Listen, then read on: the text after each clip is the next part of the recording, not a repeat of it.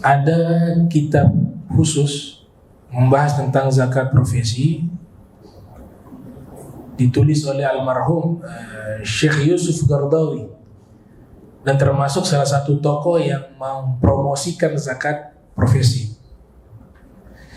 Zakat profesi ini muncul baru di zaman belakangan.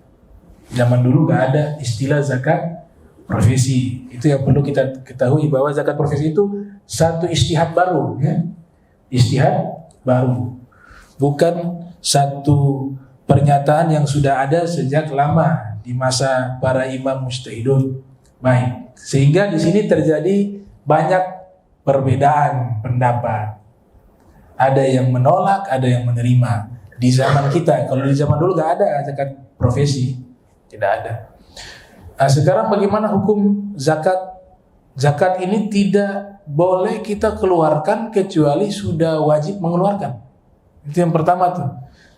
Jadi melanggar hukum itu bukan berarti tidak melakukannya. Melanggar hukum Allah itu, melanggar hukum Allah, hukumnya Rasul, bukan berarti kita tidak melakukan terus dikatakan melanggar. Tapi yang namanya melanggar hukum Allah dan Rasul juga, yaitu kita melakukan sesuatu yang tidak diwajibkan untuk kita lakukan dan kita mengatakan wajib. Itu juga melanggar tuh.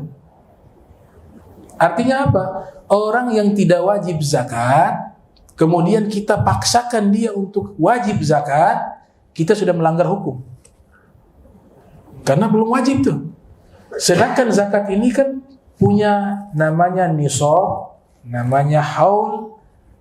Nisab itu uang atau harta yang dia miliki, yang wajib nanti dia keluarkan zakat. Di sini memang takdirah, dikira-kirakan ikut harga emas. Ada yang mengatakan 93 gram, 92 gram, 83 gram. Ya, kita ambil yang 90 dah biar lebih mudah. Sekarang harga emas berapa? 1 gram. Kalikan saja. 90 juta. Baik. Nah, orang yang sudah punya uang 90 juta yang dia simpan tidak digunakan sama sekali selama 1 tahun, maka itulah yang kena zakat. Kalau 90 juta. Tapi kalau 80 juta, 70 juta, walaupun kelihatan banyak, gak boleh kita katakan wajib zakat. Berdosa. Karena bukan waktunya zakat ya. Nah, demikian juga uang gaji ini, lihat pegawainya. Kan tidak semuanya wajib zakat semua. Ada yang gajinya sebulan 3 juta, 5 juta. Dikeluarkan dengan kebutuhan pokoknya, dengan membayar ini, bayar itu. Ada hutang-hutangnya, ada kredit-kreditnya, itu dikeluarkan dulu semuanya. Karena kredit, utang, dan piutang yang belum jelas datang. Piutang itu ada orang minjam uang kita. Piutang itu orang minjam uang kita dan kita belum tahu kapan dia kembalikan. Itu tidak hitung zakat, walaupun ada 200 juta.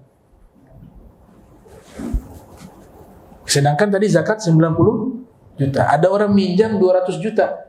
Sudah 1 tahun tuh. Lebih, itu 1 tahun lebih. Sudah wajib zakat dia. 200 juta. Tapi kan uangnya gak ada di tangan dia. Orang yang minjam belum tahu kembalikan kapan. Kecuali piutang yang memang sudah ada tanggal dikembalikan. Oh, kalau dia kembalikan tanggal sekian, oh sudah zakat. Sudah ada di tangan, keluar zakat. Tapi yang piutang itu, yang belum jelas kapan dikembalikan, tidak masuk hitungan zakat. Yang kedua, yang tidak masuk hitungan zakat, hutang. Uang ada 200 juta, tapi ternyata kreditnya itu ada 300 juta. Ada, ya ini hutang-hutang ini, didahulukan hutang, jangan zakat. Hutang dulu dibayar. Hutang gak masuk hitungan zakat. Jadi 3 yang tidak masuk hitungan zakat. Yang pertama hutang, yang kedua piutang yang belum jelas dikembalikan, yang ketiga kebutuhan. Punya uang 100 juta, tapi dia menafkahi anak yatim piatu dan itu kalau tidak sampai 1 tahun itu sisa 2 juta, 3 juta. Ya 3 jutanya gak masuk zakat. 90 juta baru masuk zakat. Jadi tidak serta-merta harus keluarkan zakat harus ada hitung-hitung di situ. Harus ada nisab. Tapi kalau itu dilakukan masuk bab zalim. Masuk bab zalim. Karena dia sudah mengadakan satu hukum baru dan sudah menzalimi orang yang tidak wajib zakat. Itu. Kalau bicaranya zakat ya, kalau bicara sedekah lain lagi. Tapi konsep Islam kan la ikraha fid din, kan enggak ada paksaan di dalam berbuat baik. Itu. Enggak ada paksaan, orang sedekah sesuka hati dia maunya berapa. Tapi kalau konsepnya zakat ada aturan di situ, enggak asal-asal. Enggak pukul rata semua karyawan dipotong setiap bulan untuk zakat. Sudah tahu kebutuhannya enggak, hutangnya? Itu yang pernah saya sampaikan di Basnas di sini dulu. Dari Basnas datang meminta kepada saya menjelaskan tentang hukum zakat, saya jelaskan. Termasuk seperti itu juga. Jadi yang tidak wajib zakat jangan wajibkan mereka zakat. Walaupun dia orang kaya. Misalnya juga nih yang salah paham. Rumah tuh wajib zakat. Kau mau jual rumah kan? Wajib zakat tuh. Rumah banyak ada 2M, 3M. Akhirnya dia ini orang kaya ini jual rumah, dia keluarkan zakat dari hasil jual rumah. Nah ini konsepnya salah. Yang zakat jual rumah itu harus profesinya sebagai penjual developer. Punya perumahan, kemudian dagang rumah.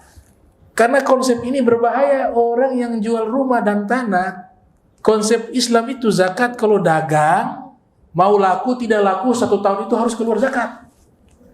Dia jual rumah dan tanah, belum laku sampai 1 tahun, keluar zakat lagi 2,5%. Padahal yang dimaksud itu penjual rumah, profesinya sebagai penjual rumah, bukan jual rumah. Jual rumah tidak kena zakat. Nanti masuknya di uang simpanan nanti. Iya, uang dia simpan di itu 1 tahun baru keluarkan, begitu. Jadi butuh yang namanya pemahaman ilmu di situ. Gitu. Kita ini Islam jangan terlalu aneh-aneh sekarang nih. Islam ini gak ada ilmu kulit, ilmu isi. Semua ilmu agama Islam itu isi semua, gak ada yang kulit. Karena dikotomi itu, ada yang mengkotomi. Ini ilmunya masih kulit. Ini ilmu agama Islam yang isinya ini.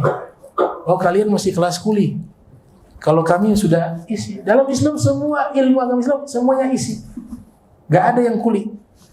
Itu. Bagaimana bisa mencapai magom yang tinggi sedangkan ilmu-ilmu yang sederhana seperti ini dia melanggar karena tidak punya ilmu. Itu. Jadi tidak ada tuh jual rumah langsung itu.